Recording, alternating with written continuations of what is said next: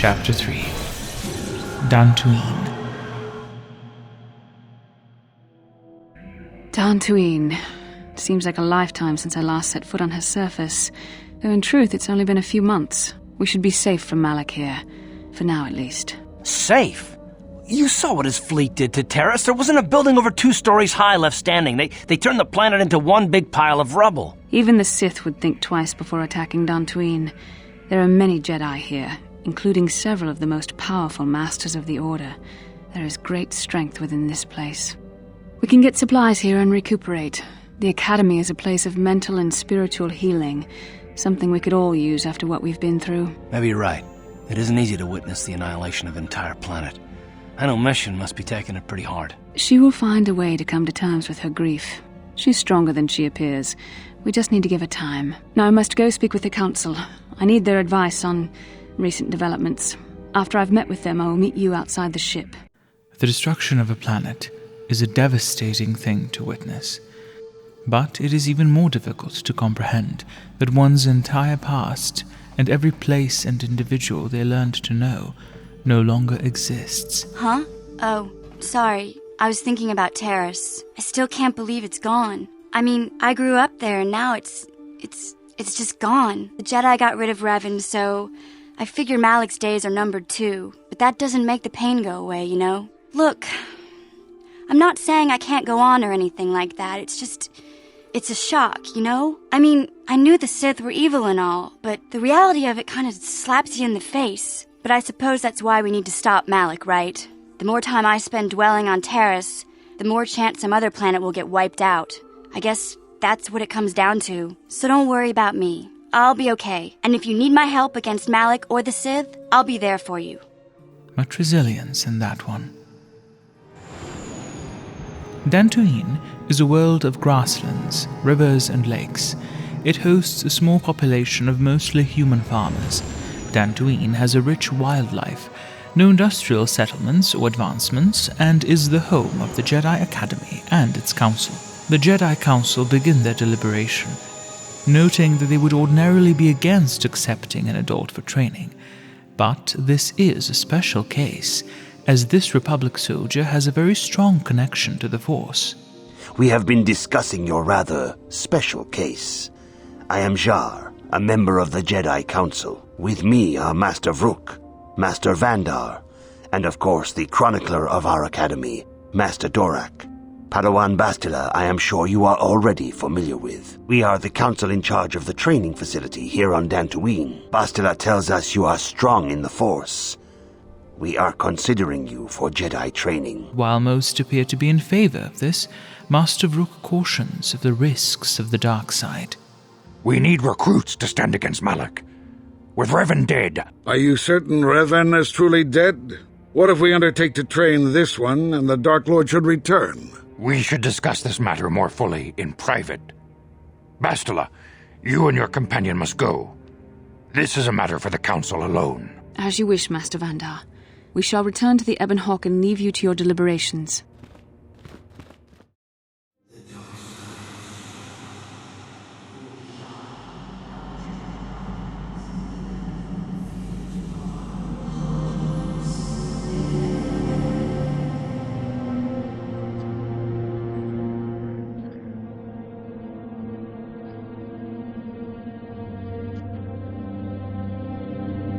The dark side is strong in this place.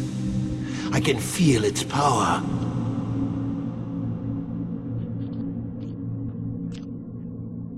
Is this wise? The ancient Jedi sealed this archway. If we pass beyond this door, we can never go back. The Order will surely banish us. Are the secrets of the Star Forge so valuable? Can its power truly be worth the risk?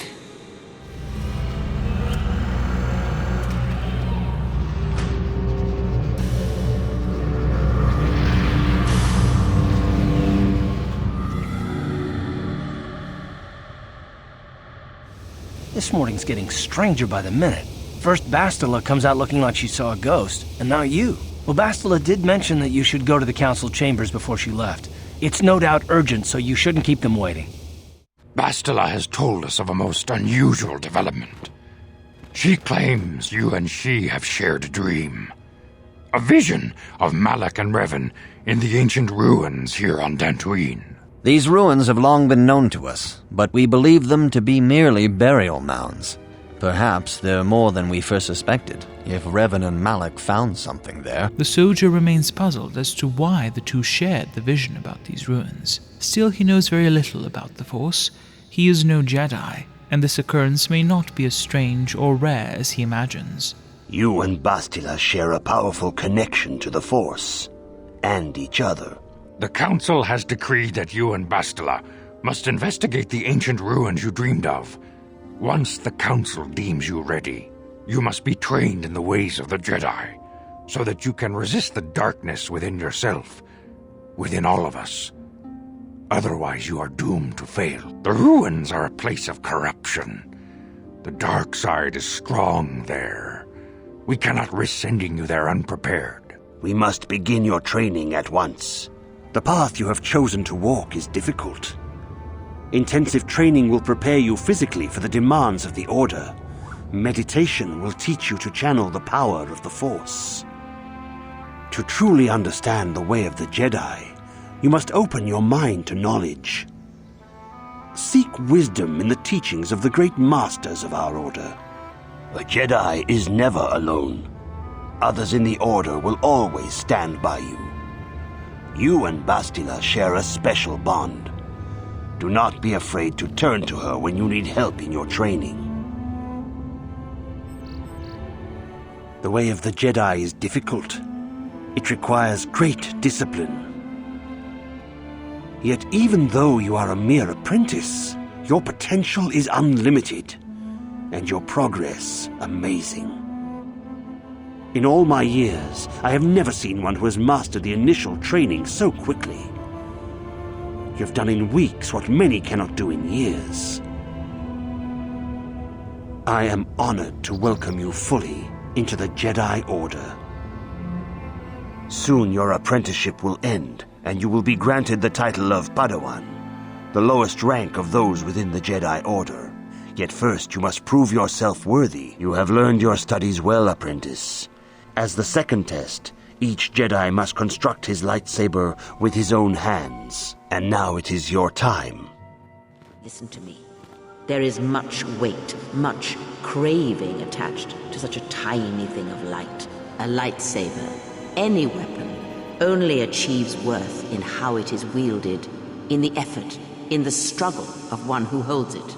Such a weapon does not make a Jedi or a Sith, and at times it makes them much, much less than they are.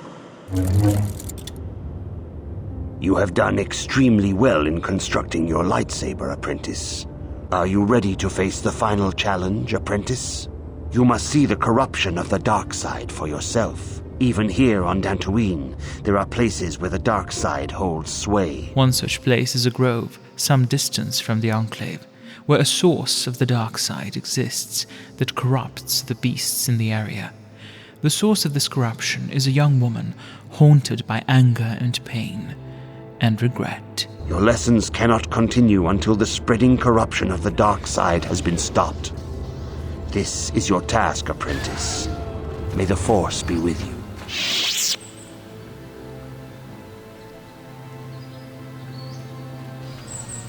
I will be your doom! Juhani places the soldier's allies into stasis, then attacks him with her lightsaber.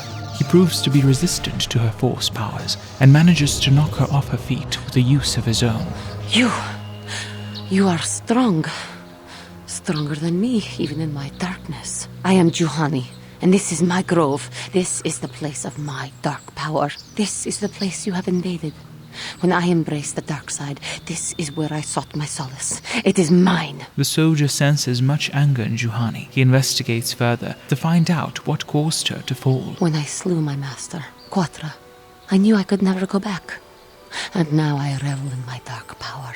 Power enough to crush the life from someone such as you. Or so I had thought. Juhani appears as someone with a troubled past, and she is easily blinded by her anger. With some discipline and self-care, she could become a great Jedi, and an even greater individual. The soldier advises her to give up the path she is headed down. After all, it did not even provide her with sufficient power to defeat a novice. I seem to still have much to learn, both about being a Jedi and about myself. I thank you, Master Jedi. I will return to the Council then. I shall submit myself to their judgment and hope they will forgive me. Again, I thank you. I am sure I will hear great things about you in the future. You have done well, my pupil. The ancient grove has been purified, and Juhani's journey down the dark path has been halted. Juhani is both dedicated and true to the ideals of the Order, yet she was still vulnerable to the dark side, as are we all. She struck her master in anger during her training and injured her greatly. But it was Quatra's choice to test Juhani this way, and it seems to have made its point. Juhani has been redeemed, and you have passed your final test. Congratulations, apprentice. Or should I say, congratulations, Padawan. Your training is now complete, Padawan. And perhaps now it is time we dealt with the matter of the dream you and Bastila shared. When we heard of the ruins in your dreams, we sent a Jedi to investigate, but he has not returned. Perhaps sending him in the first place was a mistake. The Force is guiding you through your visions. It may be that exploring the ruins is a task tied to your destiny. Be sure to bring Bastila with you. There is a powerful link between you, and you will need to draw strength from each other during the trials ahead. The Council provided guidance, but the Padawan now wonders why so many questions remain unanswered. For a start, it is unclear why the vision came to the two of them, or how their bond was formed. I truly don't have an answer for you. The Force works as it will, and perhaps we should be grateful for what we've been given. So he's just supposed to accept the fact that he is linked to Bastila? Believe me, I certainly don't find the prospect of being joined to you enjoyable in any fashion. That's a bit harsh. Please, forgive me. I did not mean to imply that you were repulsive in any sense of the word. That we shared something so personal is just not something I'm used to. I've been thinking about what the Jedi Council said about the two of us. There is a bond between us, I do not dispute that. I can feel it, as I'm sure you can. The nature of that bond and its effect on our mission remain in question. The nature of the bond? Please. I'm a Jedi. Such feelings, such attractions are, well, they're beneath me, quite frankly. I admit I find you intriguing. I find your command of the Force intriguing, but my interest in you is purely academic. Surely you can understand why. This bond we share will shape both our destinies. It is not to be taken lightly. So many things have happened to you since Taris. It's probably a lot for you to absorb. We can speak again later, after you've had time to think about all this. They should return to business anyhow. The ancient ruins appear as a large burial mound, with memorial stones in the front. The traces in the grass indicate someone was here recently. The ruins are silent. The rooms are vast, and the construction is unlike anything they had seen before. Whatever Revan and Malak discovered here is behind them. There's something else in the way. Something ancient.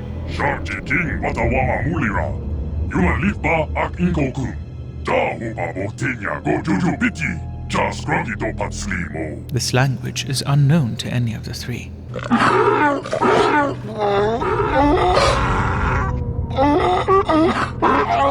Another unknown language. I think the droid is trying to communicate with us by cycling through a variety of languages. Each time it spoke, it was using a very different alien dialect. The droid can probably understand us. The only problem is it may not have been programmed with the phonemes of a language we can understand.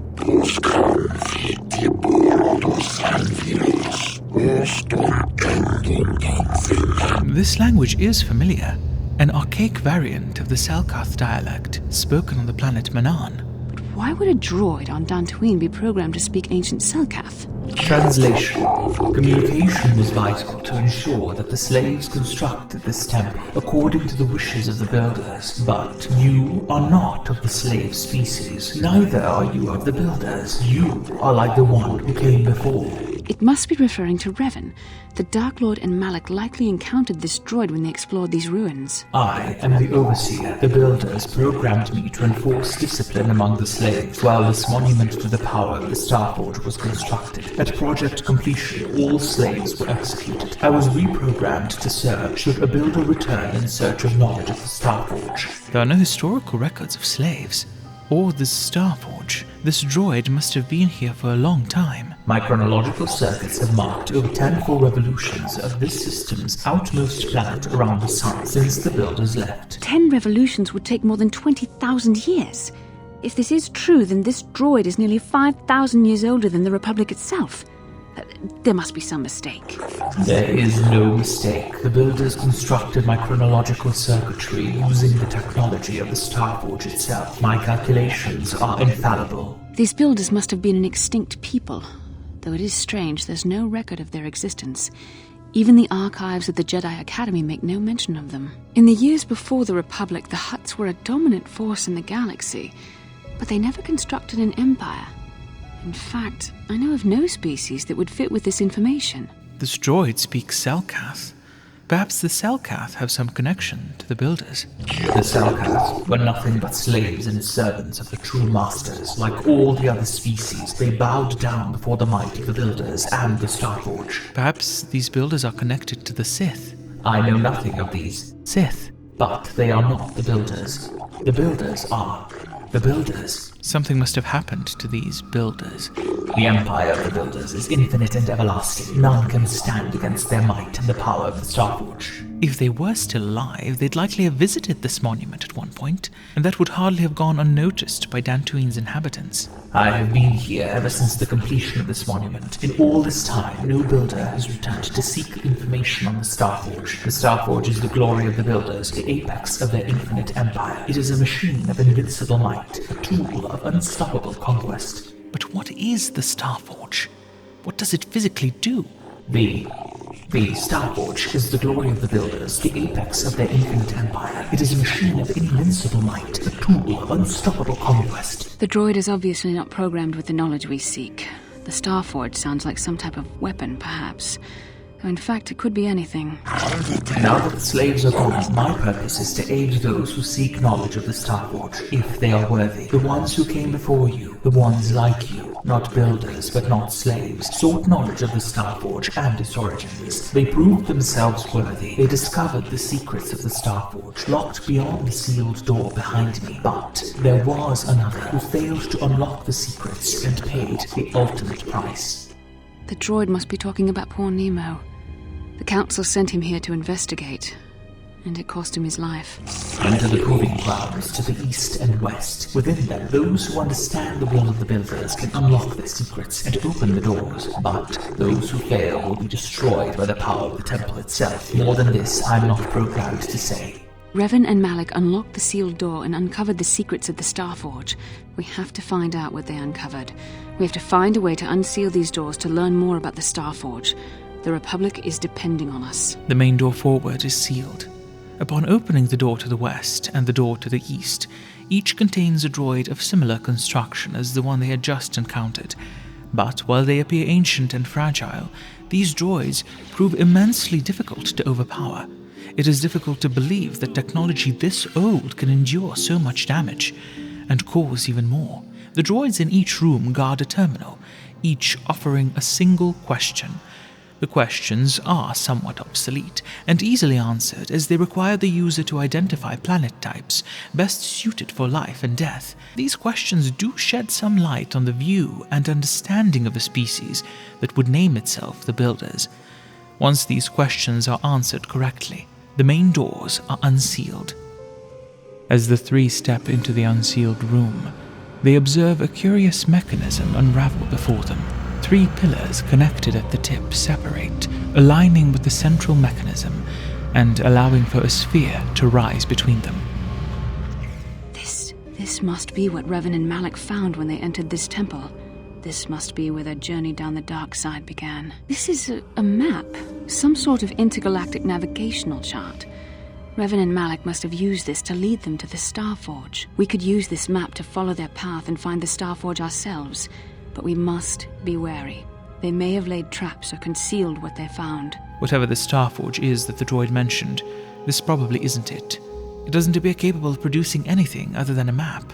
I don't know, but Revan and Malak were very interested in finding it. It must be a tool of some type, or maybe a weapon. Perhaps the Council can tell us more, but I think this map might be the key to finding the Starforge, whatever it is. See this world here? This looks like Korriban, a Sith world, and if that's Korriban, then this is Kashyyyk, and Tatooine, and here's Manaan. But there are pieces missing, incomplete hyperspace coordinates. There's much corrupted data. And there doesn't seem to be anything indicating where the Starforge itself might be. But these worlds could contain more clues that could be used to triangulate the location of the Starforge. I was thinking that too. This map can't take us to the Starforge, but I know that Revan and Malak visited Korriban at least once. Perhaps they discovered something more there. They may have found something on each of the other worlds that completed this map. Maybe if we find all the pieces, they'll lead us to the Starforge, and some way to destroy it. That sounds like quite a supposition. What if you're wrong? What if I'm right? We can't ignore this. Finding the Starforge might very well be the key to defeating the Sith. We must inform the Council of what we've discovered. They must decide our next course of action, though I suspect our task has only just begun. This news of a Starforge is disturbing. Action is required, but we must not do so in haste. The Council agrees with the assessment of the Dantooine Star Map. The Padawan and his crew are tasked to seek these maps out, for sending out large numbers of Jedi at once would raise suspicion. Secrecy and discretion are paramount to your success. You will not be able to hide the fact that you are a Jedi, nor should you. But the true nature of your mission must not reach Malak's ears. You may return here at any time. Dantooine will be a sanctuary for you, a safe haven. The lure of the dark side is difficult to resist. I fear this quest to find the Starforge could lead you down an all too familiar path. The fate of the galaxy is in your hands, young Padawan. We pray you are up to the challenge. 5 planets and hopefully 5 star maps need to be localized. With the Dantooine Star Map found, this leaves Tatooine, Kashyyyk, Manaan, and Korriban. But before departing, the Padawan checks in with the crew, in particular its latest addition, a Jedi who requested to join Ebon Hawk's crew on this mission. I feel I must apologize for the way I acted towards you before in the Grove. It was wrong of me. I am sorry for attacking you. I am sorry for thinking you would only try to kill me. I hope that by helping you in your task, I may redeem myself in your eyes, and in my own. Juhani has a very long path ahead of her, perhaps longer than any Padawan. She is without a doubt prone to the dark side's influence, for she has no control over her emotions. But she is moving in the right direction. Thank you. It is most reassuring to know that you can forgive me, even though I tried to take your life. I can only hope that, in our time journeying together, I will succeed. Unlike some of the greatest Sith in history, Juhani's fall was not caused by hunger for power. It is mainly brought on by anger and rage she cannot control. Dealing with this, learning to control her emotions, will build a strong foundation for her growth. But it will not happen quickly. More time is needed to reflect and focus on these faults. More time would do me good. Time to distance myself from that anger. I thank you for your concern and your acceptance. I will strive to prove that I am worthy of your company and trust. On with the mission. The first destination in line is Tatooine. It has a relatively limited area that supports civilization, being a massive desert, and the star map there will perhaps be easier to find than on other planets. Before departing, Bastila wants to discuss something with the Padawan. Her expression is easily giving this away. It most certainly is not. I am a Jedi, remember? I have far too much mental discipline to reveal what goes on inside my mind with such obvious physical clues. My thoughts remain hidden, including whatever my feelings are for you. Whatever I think about you. Indeed, it's quite clear what she thinks of him. That is you. Why must you be so impossibly infuriating? You know very well what I am really talking about. I am referring to the bond between us, the one the Jedi Council spoke of. Our connection allows us glimpses into each other's mind. We can feel some of what the other feels, and what I feel within you troubles me. The fact that you are so strong in the Force and have had such relatively little training could have terrible consequences. For you, and for everyone around you. Certainly it is to be expected from arrogant individuals, or those who use their power lightly, but he has not displayed an affinity to either. In fact, he feels quite in control. Still, Bastila is an experienced Jedi, and she may know a few things he does not. When you need guidance, or advice, or support, I will do my best to help you stay on the path of the light. For now, we should return to our mission. Being given a clear mission, the Ebon Hawk departs Dantooine to the next destination on their journey.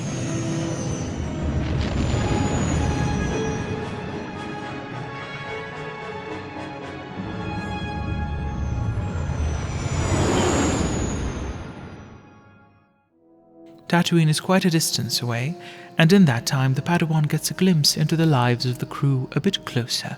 Apart from Canderous' war stories of epic proportions, an 80-kilometer plunge through the atmosphere, the outside of my armor glowing like the sun with the heat of re-entry, and with barely 30 meters to spare, I twisted and skinned the... Garth reveals the reason he doesn't trust anyone. When I think of all the men who betrayed us, the one that stands out above all of them is the one that I respected the most, Saul. Admiral Saul Karath betrayed the Republic, and under Malak's command bombarded the planet Telos. Garth's wife died in the bombardment, and his son's body was never found. Admiral Saul Karath is the commander of the entire Sith fleet. He's half the reason Malak has done so well in the war. During this trip, Bastila also fills the Padawan in on the common knowledge about Revan and Malak, and how Malak betrayed and killed his master. We were there to capture Revan alive. The Jedi do not believe in killing their prisoners. No one deserves execution, no matter what their crimes. Lastly, Juhani shares more about her past, that she was enslaved as a child, and that it was the Jedi who set her free from her captors. When I saw a Jedi for the first time, they lived up to everything my imagination had created them to be. From that moment on, I knew that I would have to try to become a Jedi. The foolish delusions of a child.